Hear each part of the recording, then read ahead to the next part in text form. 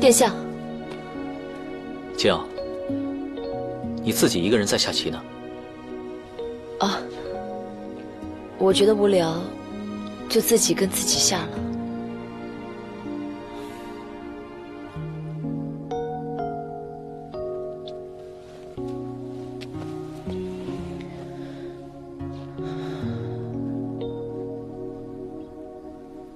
静瑶，前些日子是我忽略了你的感受，是我不对。怎么突然说起这个？该不会你是来找我赔罪的吧？算是吧。我闹着玩的，你怎么当真了？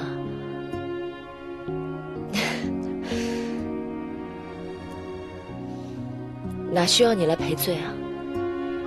只要你多花些时间陪陪我就好了。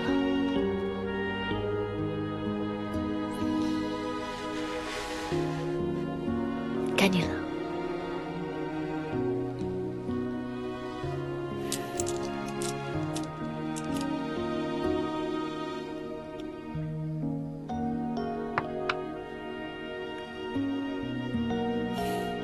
该你了。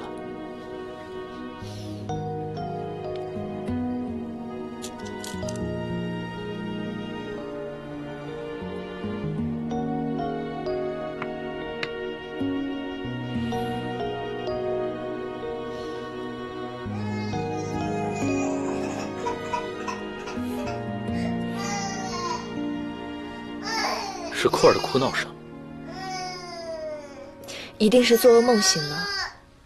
没事儿，有乳娘在那里，哄哄她，一会儿就没事了，别担心啊。不行，库尔从未这么哭过，我要去看看。殿下。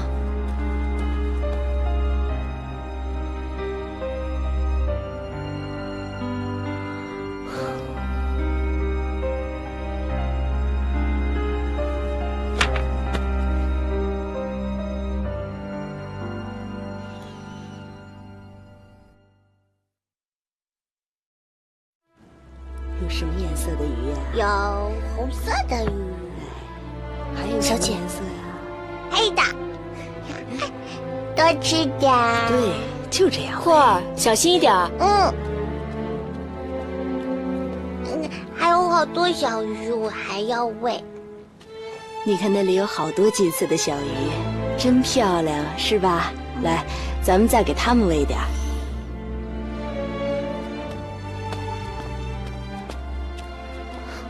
独孤如人，库尔不是病了吗？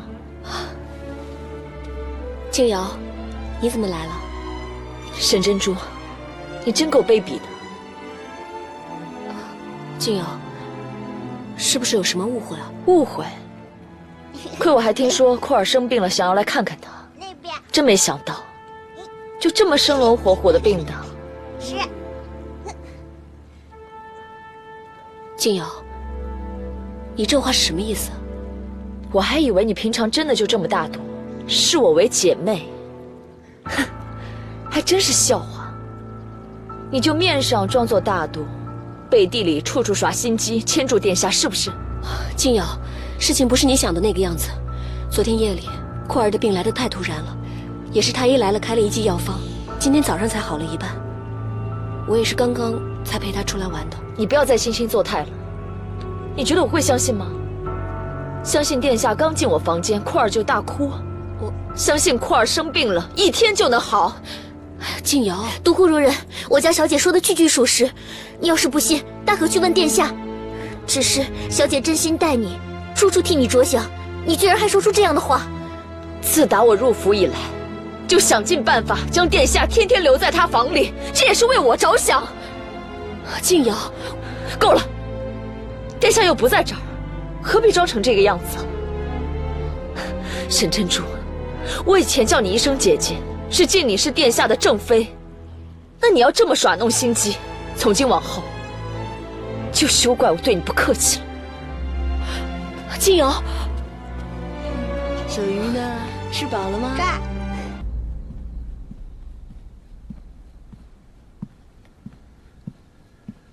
殿下，这么晚还在忙？我给殿下泡了点我家乡的茶，清神解乏的。金瑶，你不生气了？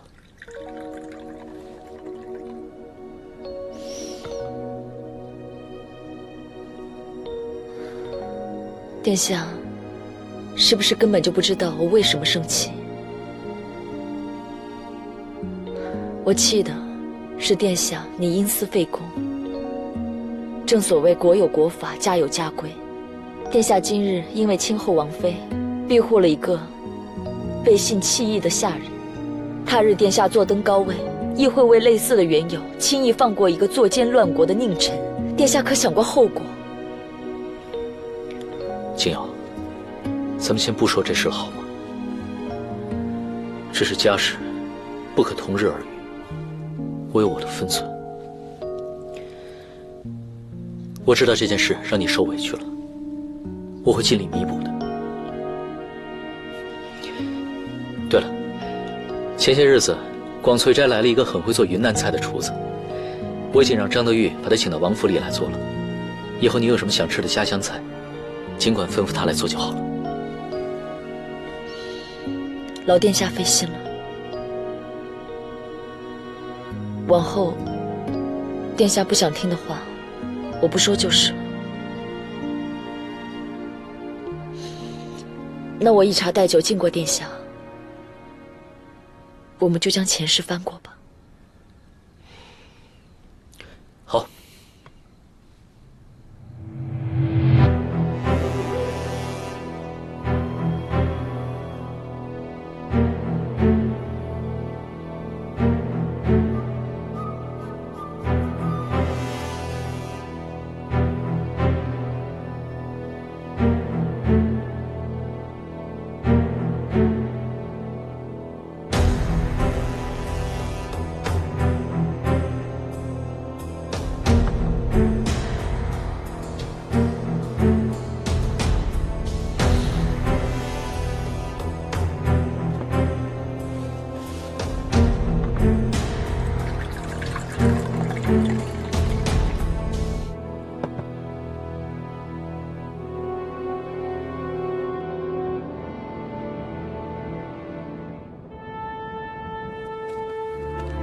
殿下，属下已派人到处寻找一公子的下落，同时也派了人暗中监视着皇后那边的动静，但是到现在还没有任何线索。继续查。素司说过，那孩子被放置在城外的某处，专门有人照看着。如今素司已经被暴露，那孩子，他们大有可能就置之不理了。咱们犯不着费功夫再出城去杀了，就沿着素司给的线索继续查吧。是。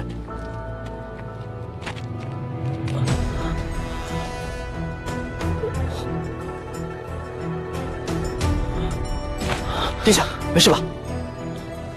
没事，只是晚上没有休息好。是。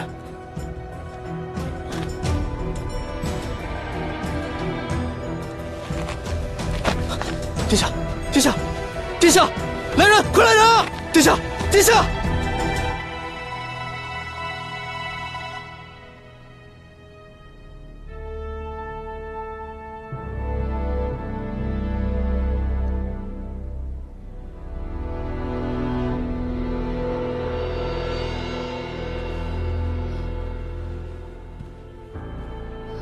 太医，殿下怎么样了？启禀娘娘，依臣看来，殿下乃旧疾复发。好几个太医都说殿下是旧疾复发，可是殿下并无大的隐症，无非是些伤病，怎么会一直呕血不止呢？是啊，臣推测先前殿下因建宁王殿下之事已大病一场，虽逐渐康复，但是却一直没有得到好好的休养。加之后来又在战场上受了伤，所以才……罢了罢了，旧疾也好，心病也罢，殿下现在这样一直昏迷着，你们赶紧想办法给殿下诊治。臣已为殿下施针，暂时稳住殿下心脉，但殿下之症，臣等还暂时没有想到有效的法子。好，那你先退下吧。卑职告退。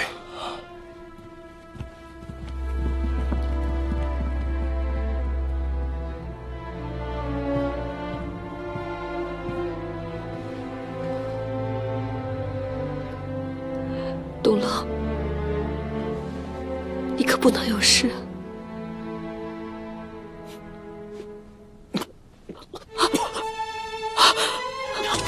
东郎，东郎，你没事吧？殿下，东郎，殿下，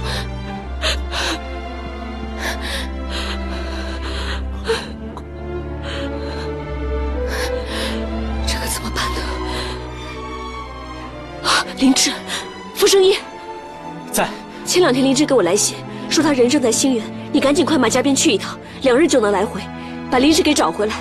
希望大人现在还在那个地方，快去！是。东郎，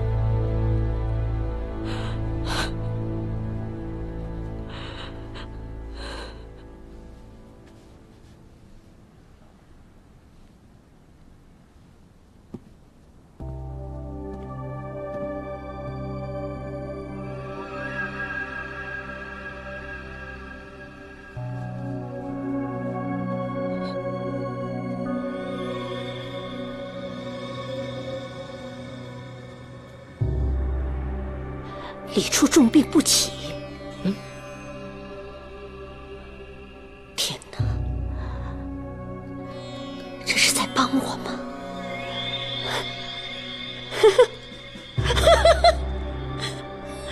据儿臣所知，这回几位太医都已束手无策。正好，这次让他自生自灭，省得我们自己动手了。不，这么关键的时候，我们怎么能什么都不做呢？得帮帮他才是啊。那母后的意思是？军中怎能一日没有主帅？希儿，你身为亲王，在这么关键的时刻，怎么也得帮帮你的皇兄，好好照看军中事务才是。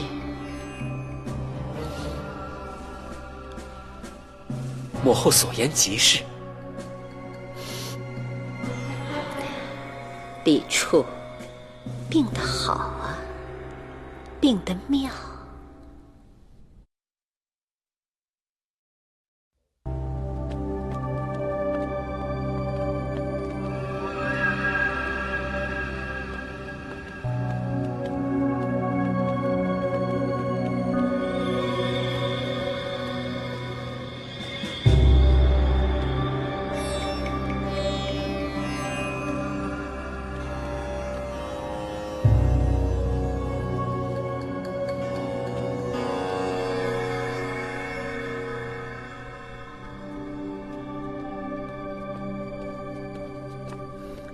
小姐，殿下的药熬好了，可这药根本不见起效，殿下还是一直昏迷不醒。是啊，这可如何是好？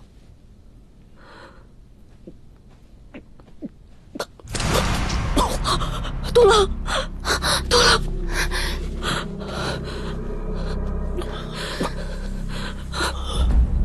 素子，快去请太医。是。东郎，哎，素子，江玉一请。张公公，娘娘，陛下知道咱们殿下得了重疾，特地派江御医来为殿下诊治。太好了，御医，有劳您快给殿下看看吧。是。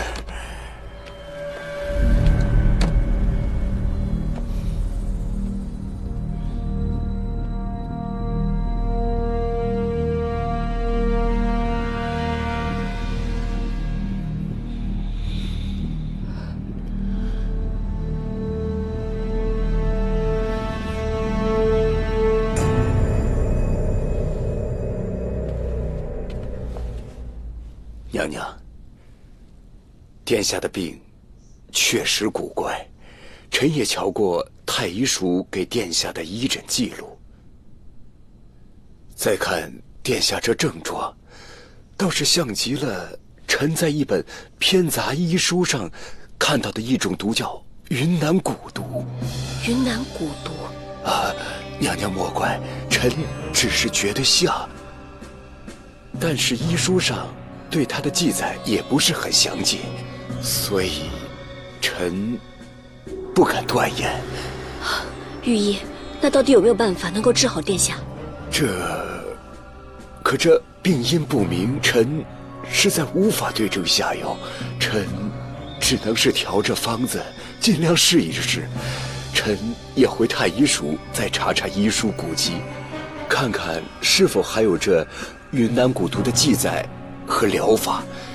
但是殿下这病实在是太过偏门了，王娘娘最好不要抱太大希望。云南蛊毒，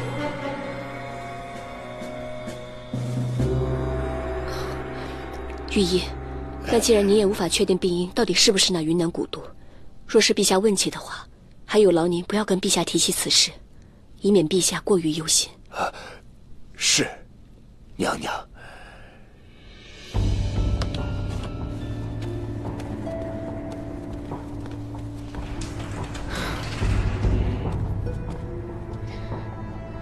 小姐，为何要向御医、向陛下瞒下殿下的病因？殿下若真是中了蛊毒，那必是有人要加害殿下呀。那云南蛊毒，云南。素慈，你觉不觉得静瑶妹妹这几日特别不一样？对殿下有点过于不关心了。偏偏又这么巧，不得不让人多想。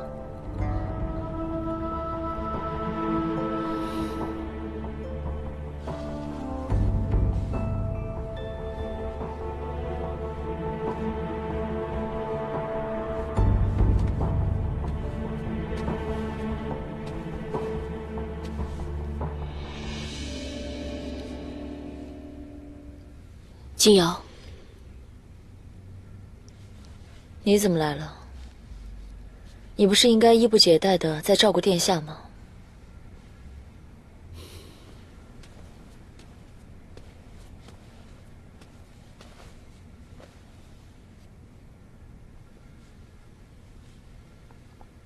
我见妹妹这几日都不曾探望过殿下，觉得不似妹妹的性情。担心妹妹这边是不是有什么事情？殿下身边有王妃在，便足矣。我在与不在，还重要吗？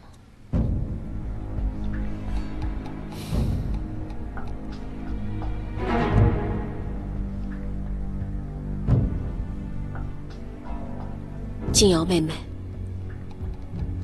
你可知东郎此番，并非救急伏发，而是中毒。哦，看妹妹的神情，似乎一点也不意外。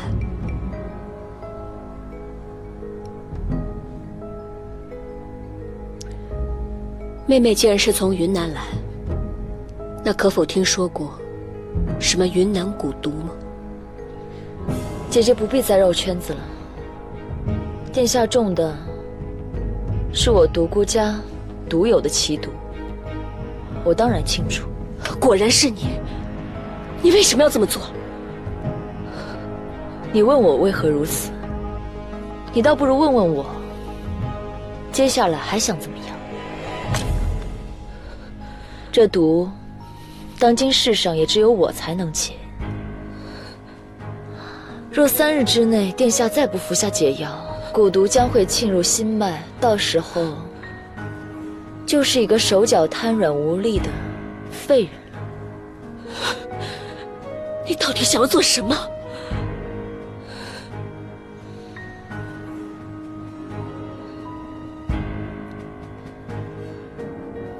我要你离开殿下，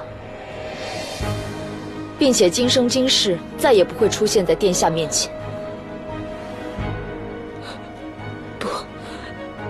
不可能，我是不会离开东廊的。只要你答应，我即刻就将解药给殿下送去。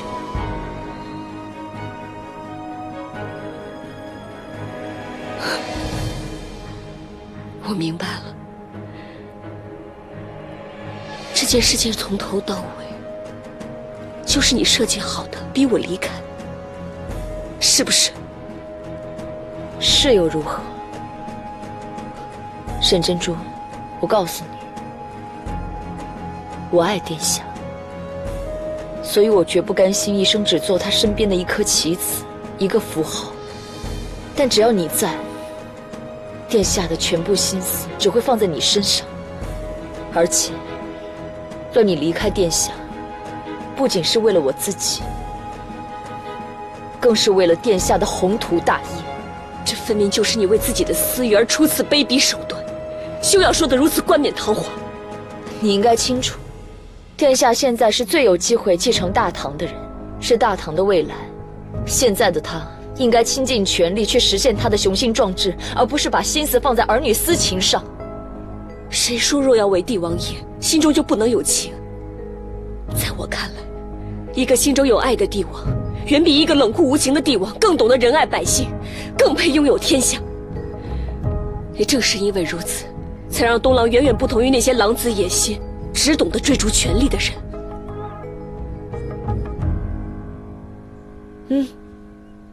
说得很有道理。殿下不是不可以爱人，但绝不能将自己所爱的女人放在江山之上。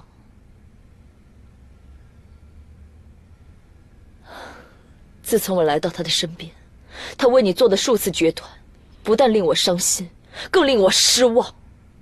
有你在，不仅无益于殿下，更是他的牵绊，他的麻烦，你只会成为别人来攻击他的软肋。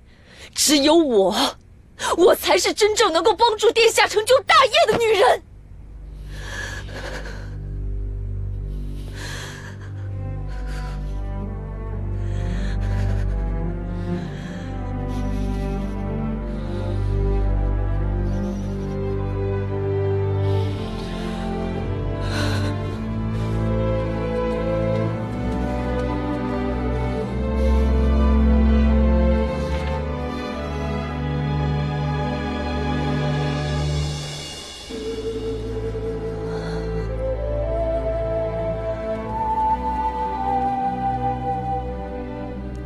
东冷，我曾经答应过你，无论如何，再也不会离开你。可是现在我该怎么办呢？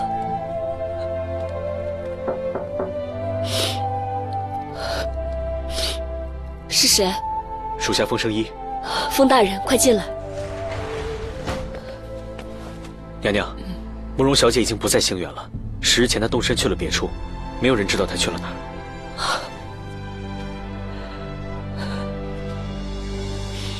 这该怎么办呢？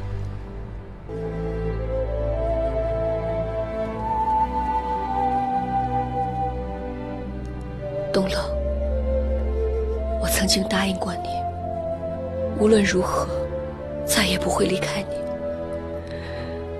可是现在我该怎么办呢？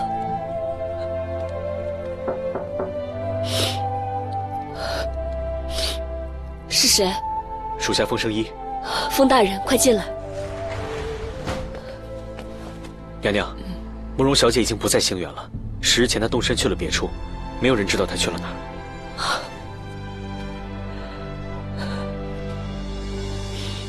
这该怎么办呢？娘娘，严大人，有话进来说。娘娘，出什么事了？史思明率手中兵马与安庆绪一党重新勾结，蠢蠢欲动，欲兴兵再犯。陛下此刻御点主帅，操练兵马，即刻备战。但现在殿下重病，军中无人坐镇，赵王趁机欲夺殿下的兵营。什么？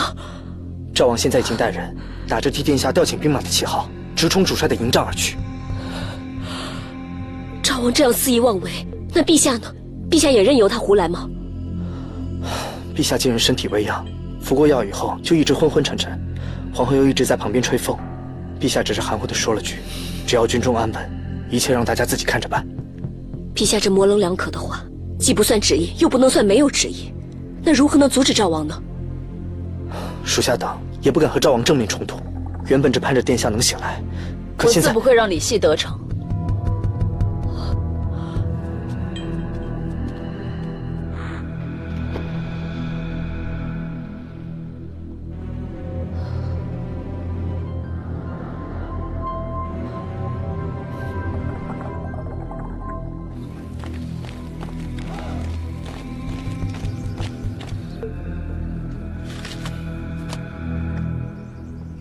楚王病重，军中无帅，本王身为亲王，暂时接管军中事务，尔等有何异议？如今楚王虽不在军中，殿下若要掌领全军，可有陛下之意？可只有御赐帅印。本王有陛下口谕，帅印，父皇自然会交给本王的。恕末将等不能从命。不服军令者，统统给本王拿下！我看谁敢动！向将军，王嫂，你这是何意？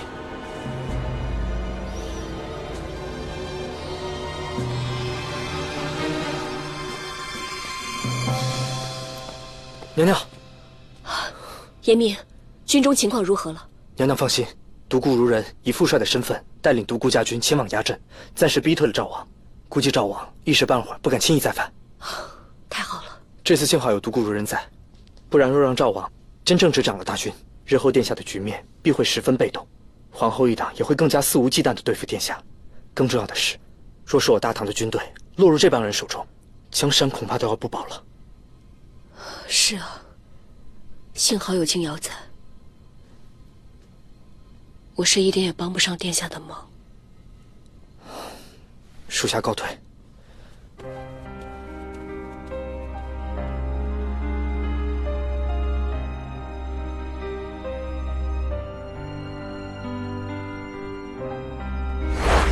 现如今，我愿代替他，成为你的左右臂，调动我独孤家所有的力量为你所用。生于帝王将相之家，又有谁能妄谈毫无利益纠葛的感情呢？就算此次殿下有惊无险，幸得脱身，往后他的王权之路一定会艰难重重，除非有一个能够真正成就他的人。若老夫都能看出独孤将军的重要性，那皇后他们又怎会不虎视眈眈呢？只有我才是真正能够帮助他成就大业的女人。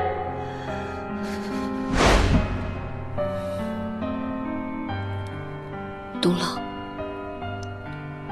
恐怕我这次又要自作主张了。你醒来可不要生气，我绝对不能让你有事。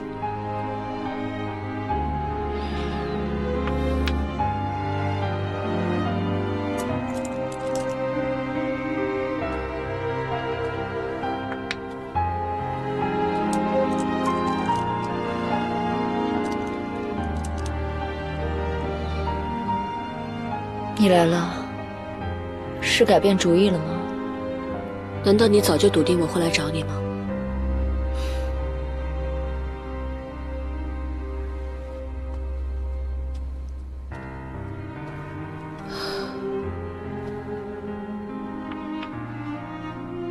你说的没错，只有你才是那个能助东郎完成大业的人，而我事事都无能为力。我现在唯一能做的，就是让他完完整整的，不受任何伤害的醒来。所以，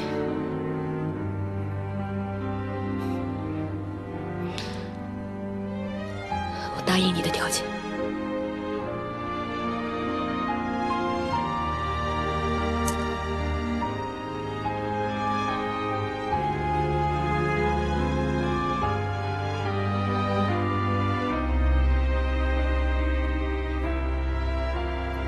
当真？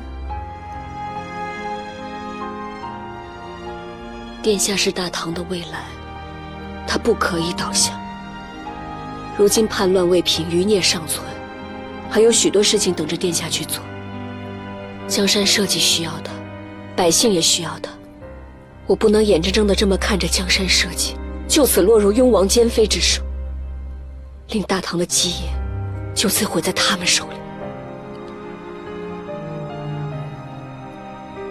我知道你对殿下情深不悔，断不会看他变成一个废人，但我却没有想到，最终你答应离开，却是因为心中还牵挂着大唐的江山社稷。于我而言，我爱东郎，无论他变成什么样子，我的心都不会变。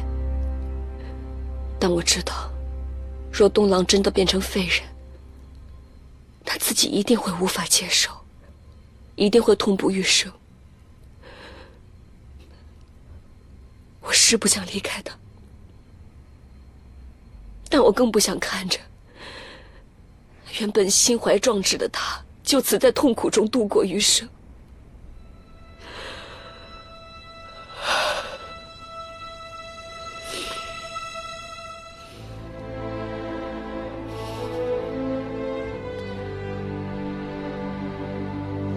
我会如你所愿，离开殿下，但你也要遵守承诺，把解药给我。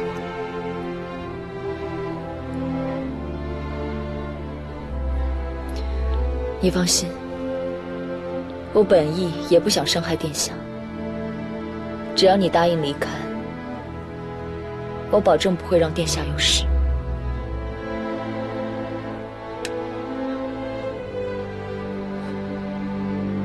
这颗解药，你给殿下服下，他即刻就会恢复。但仅服用这一颗，体内的毒素不会完全清除。你这是什么意思啊？我只有确认你真的不会再回到王府以后，我自会给殿下服用另一颗解药。到时候，他体内毒素自然会清除。还有，你在离开之前，还必须要做一件主动与殿下和离。所有的一切，你不可以向殿下透露半个字。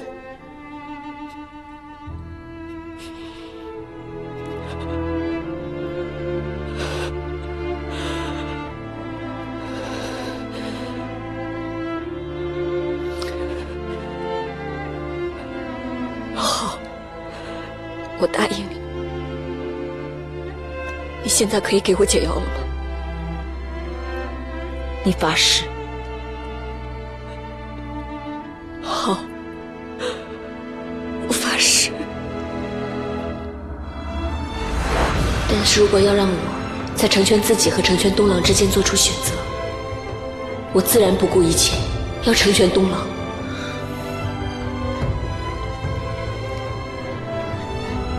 你真傻，难道你就不怕以后我真的被别的女人抢走？只要东郎一切都好，我什么都不怕。傻瓜，告诉你，我绝对不会让别人把我从你身边抢走。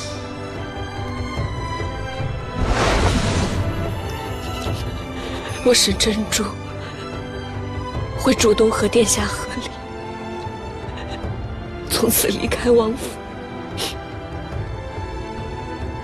永不相见，绝不会把此事向殿下透露半分。不够，发毒誓。你最在乎的是殿下，我要你以殿下的安危来发誓。独孤解药，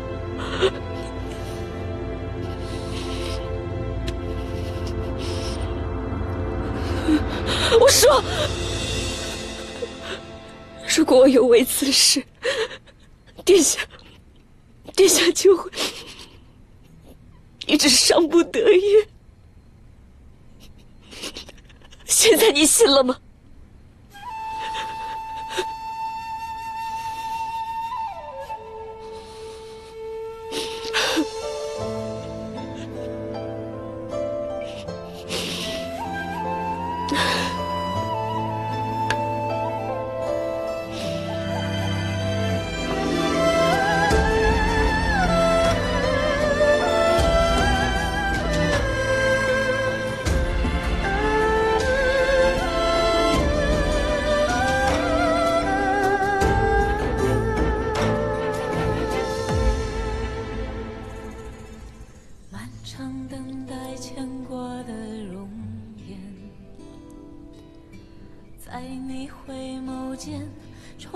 东冷，我曾经答应过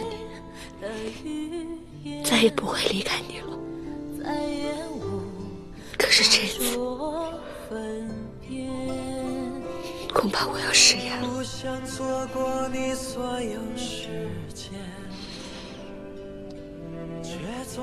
如果我不在你身边，你一定要照顾好自己。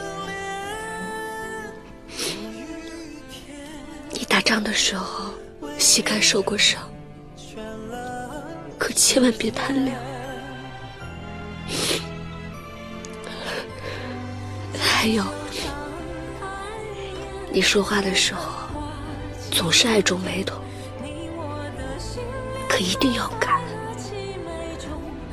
不然长了皱纹该多难看。还有库尔，他从小就颠沛流离，以后可只有你一个人疼他了。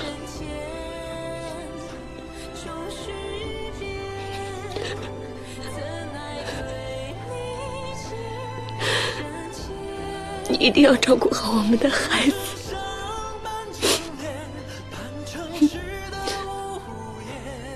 东冷，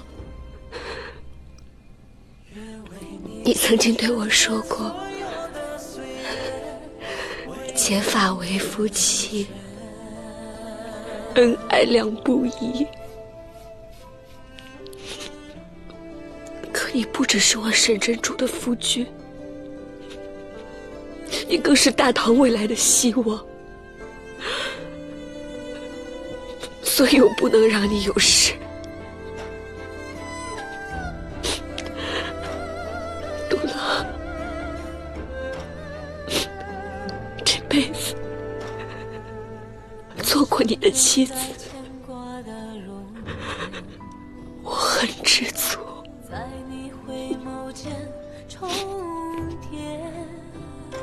我丢失了语言，再也无法说分别，不想错过你所有时间，却总有遗憾沉淀，一生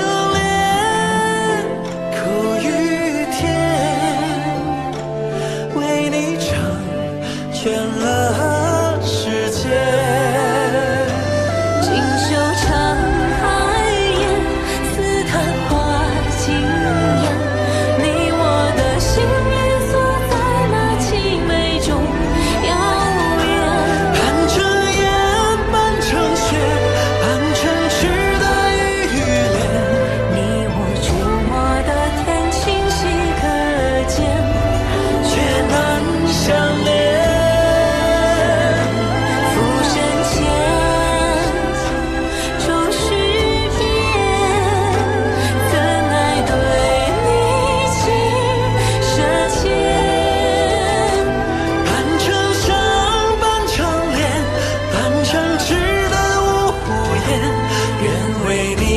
成全所有的岁月，为你成全。浮生前，终须别，怎奈对你情深切。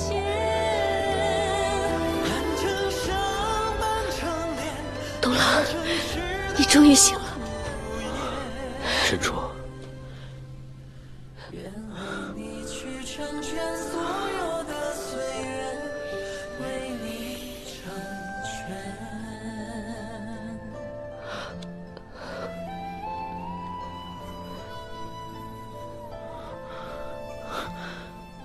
珍珠，你怎么了？见我大难不死，不是应该赶紧扑到我怀里，大哭一场吗？楚王殿下，我一点也不觉得这个笑话好笑。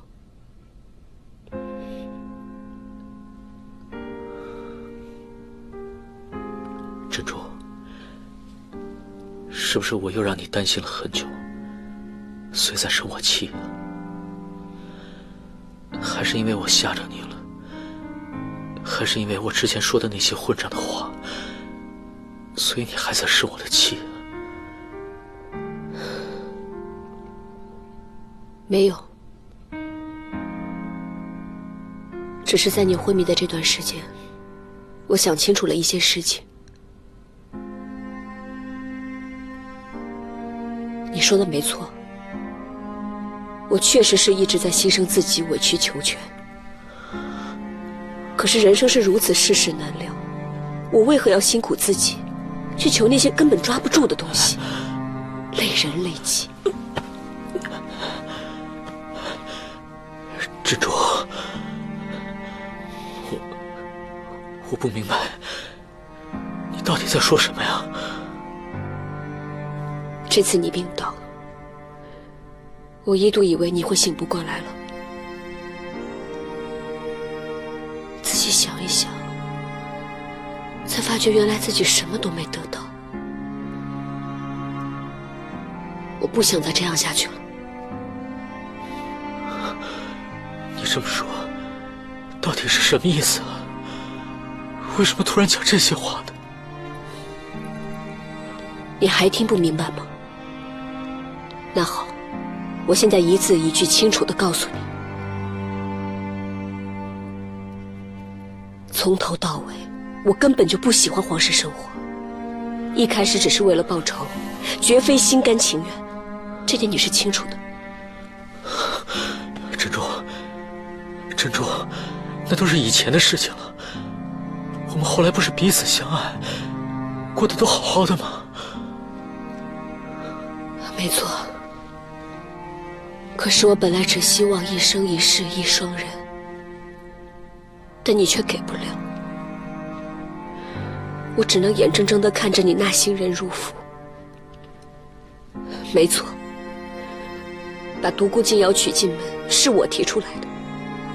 可是天底下有哪个女人愿意让自己的夫君娶别的女人呢？我那么做，完全是忍痛牺牲自己，因为我知道你迟早都会做出这个决定，我不过是抢在前面，做个顺水推舟的人情罢了。可事实上，我一点也不想要这样的生活。我知道，你身为皇子，甚至是未来的帝王，这辈子是不可能一心一意的只爱着我，是守着我，陪我过我想要的生活。不，珍珠，只要你想要的，我都可以答应你的。我不想要什么家里散钱，我想要你沈珍珠一个人。这样的话，说出来你自己信吗？我已经决定了，与其痛苦的勉强自己，不如结束现在这样的日子。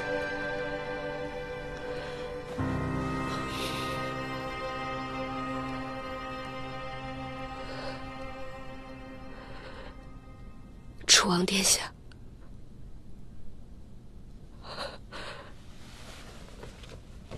我请求你放我离开。珍珠，你在说什么呀？不，这不可能！你就不要再说这样赌气的话了。如果你厌烦了现在的生活，我可以陪你出去散散心啊。我们也可以去田园，过那种隐居的生活。对，我们每隔一段日子，我们就去过一段这样的生活，啊，或者我给你建一处别院，你就可以不用住在王府里。这样的承诺我听得太多了，你不用再说了。我去意已决，之所以留下来，等你醒来，是为了当面跟你把话说清楚。现在你醒了，我话已经说完了。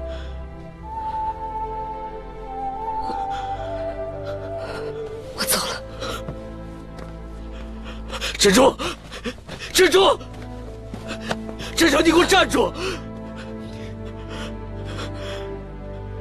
你可以气我，怪我、怨我、骂我都可以，但你不要用这样的方式来惩罚我，好吗？我有什么做的不对的地方？你告诉我，我改。我有什么让你不高兴的地方，你也告诉我，我以后绝对不会再犯。只要你不离开我，我什么都愿意。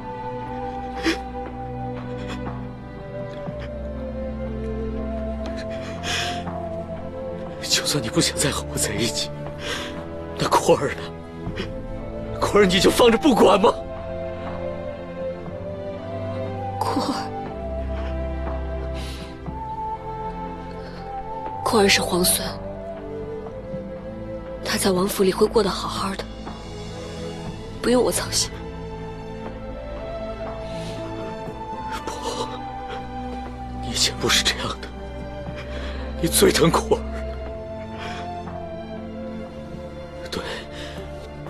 是独孤景瑶，本就是我亲自把他纳入王府，让你寒了心。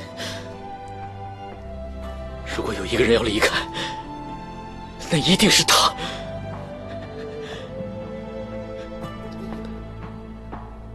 我现在就找景瑶说清楚，此事和独孤景瑶无关，是我自己擅独无法容忍。今日有独孤景瑶，那他日就会有孙景瑶、张景瑶，我无法忍受。我也问过我自己，我到底还能退多少步？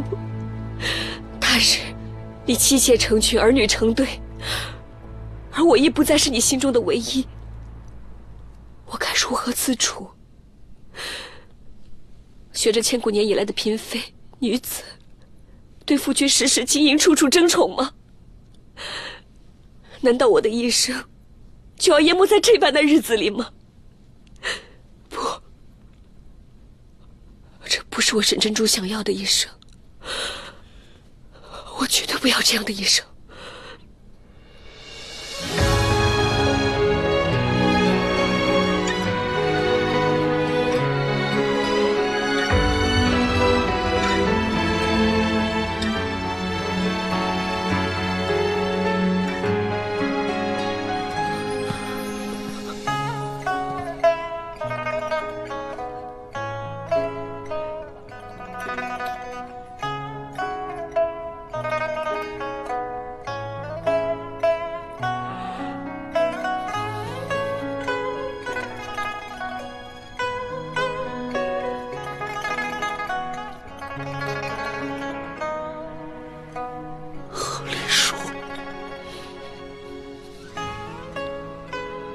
你若还念及往日的情分，就签下这张和离书，放我走。从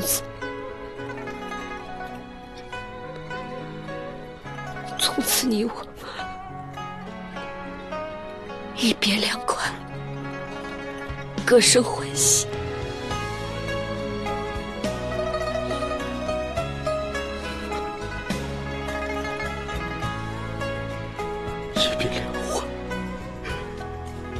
生欢喜。不，你是不是有苦衷啊？告诉我，快告诉我！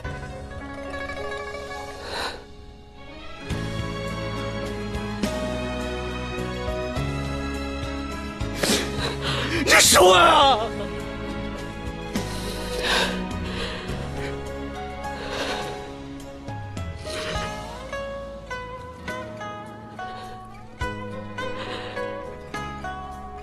一切都是我自己的心意，没有任何苦衷。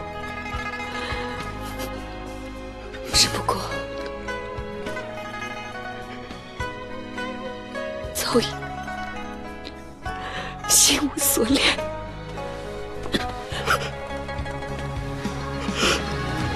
珍珠，沈珍珠。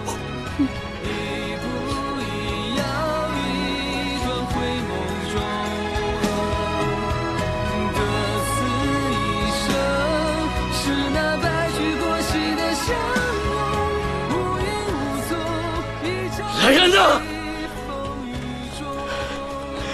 殿下，将王妃关入书房，绝不能离开本王半步。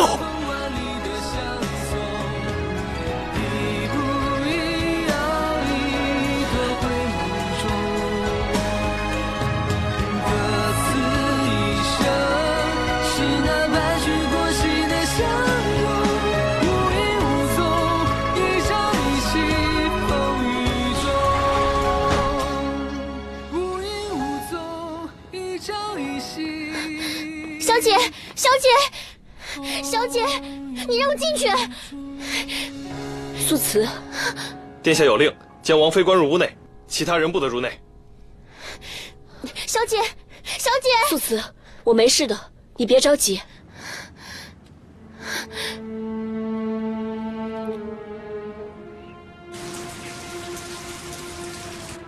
参见夫人。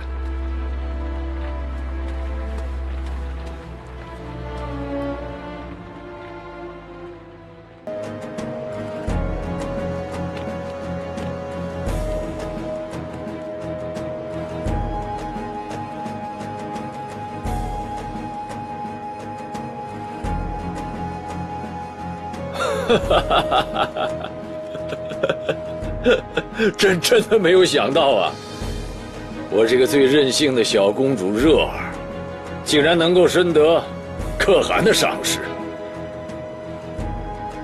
如果说我大唐于回纥能结秦晋之好，我觉得也是我们大唐的一份荣耀。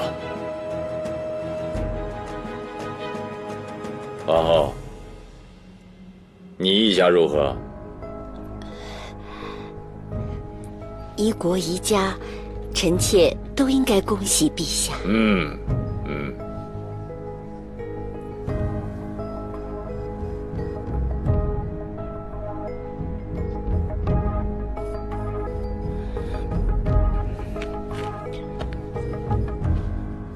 陛下，莫言绰请求迎娶德宁郡主为我回纥可贺敦，望陛下恩准。好，好事啊！赐婚，你旨：德宁郡主封为宁国公主，赐嫁回纥可汗，婚配。愿大唐和回纥世代邦交，百姓安宁永乐。谢父皇隆恩。谢陛下。起来吧，朕会择一个良辰吉日，让你们尽快的圆满完婚。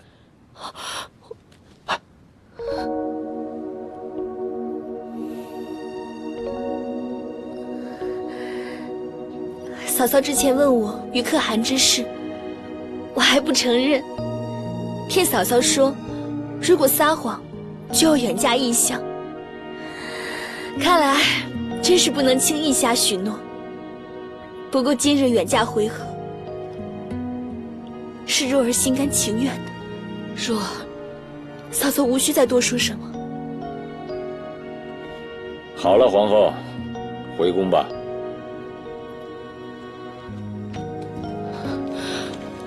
父皇，珍珠，珍珠还有一事请奏。还有何事？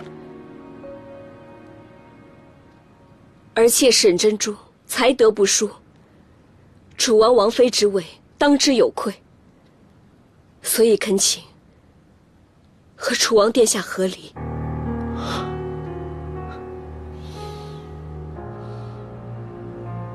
还望父皇恩准。嫂嫂你。沈珍珠，你在说什么？当初可是他违反朕意，一心要立你为王妃，而今你却提出要和他和离。你知道你说的是什么吗？珍珠知道，但是珍珠生性善妒，心中实在无法容忍殿下另立侧室，所以断不想再继续这样难受的生活。而且独孤敬瑶，无论家世、品貌、才能，都比我更适合做这个王妃。珍珠已经没有理由再待在这个王府了。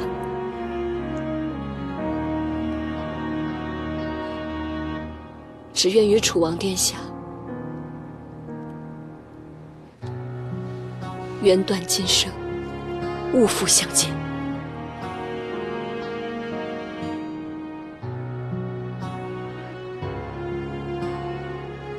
好，也许你最后这句话说的还有一点道理，可是沈珍珠，我要提醒你，你自己提出和离，你可要想明白、想清楚了，你可不要后悔。珍珠绝不后悔。沈珍珠，你当真决绝？要与本王恩断情绝？你当初说的那些诺言，难道就是随口说说吗？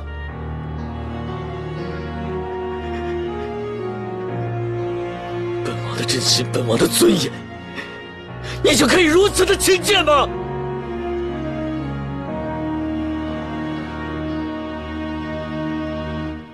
也罢，和离之事朕准了。沈珍珠，自行写下和离书，离开王府。从今往后，你与我大唐皇室再无瓜葛。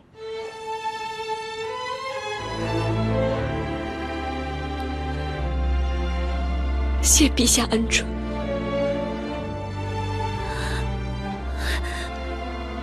若儿，随父皇回宫。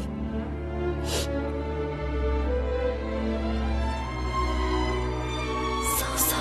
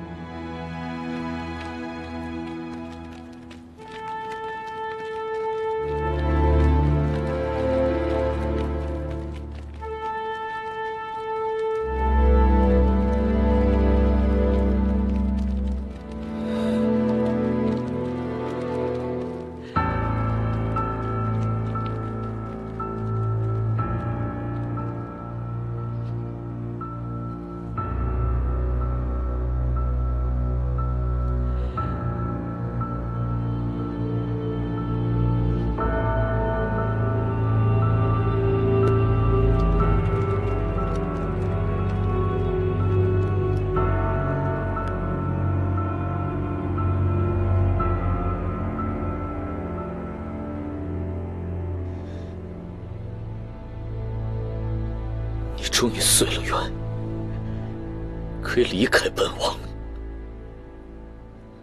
可本王要你记住，今日不是你要与本王和离，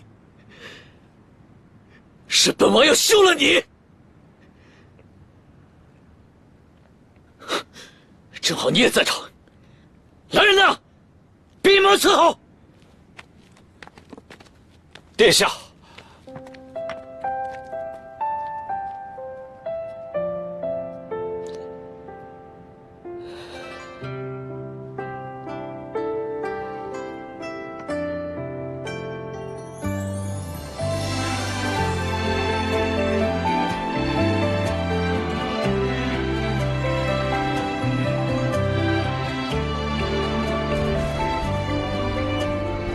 那个女孩曾经许下诺言，除非遇到太湖救她的恩人，否则此生不嫁。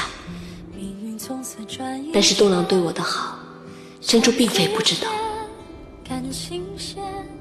我亦因东郎而动摇，又恨自己守不住初心。可是直到那天，在温泉我才发现，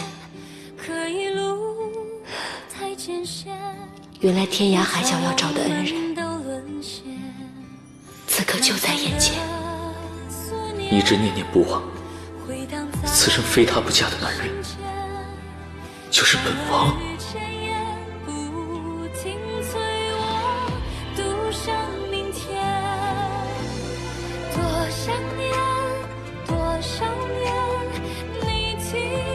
东郎。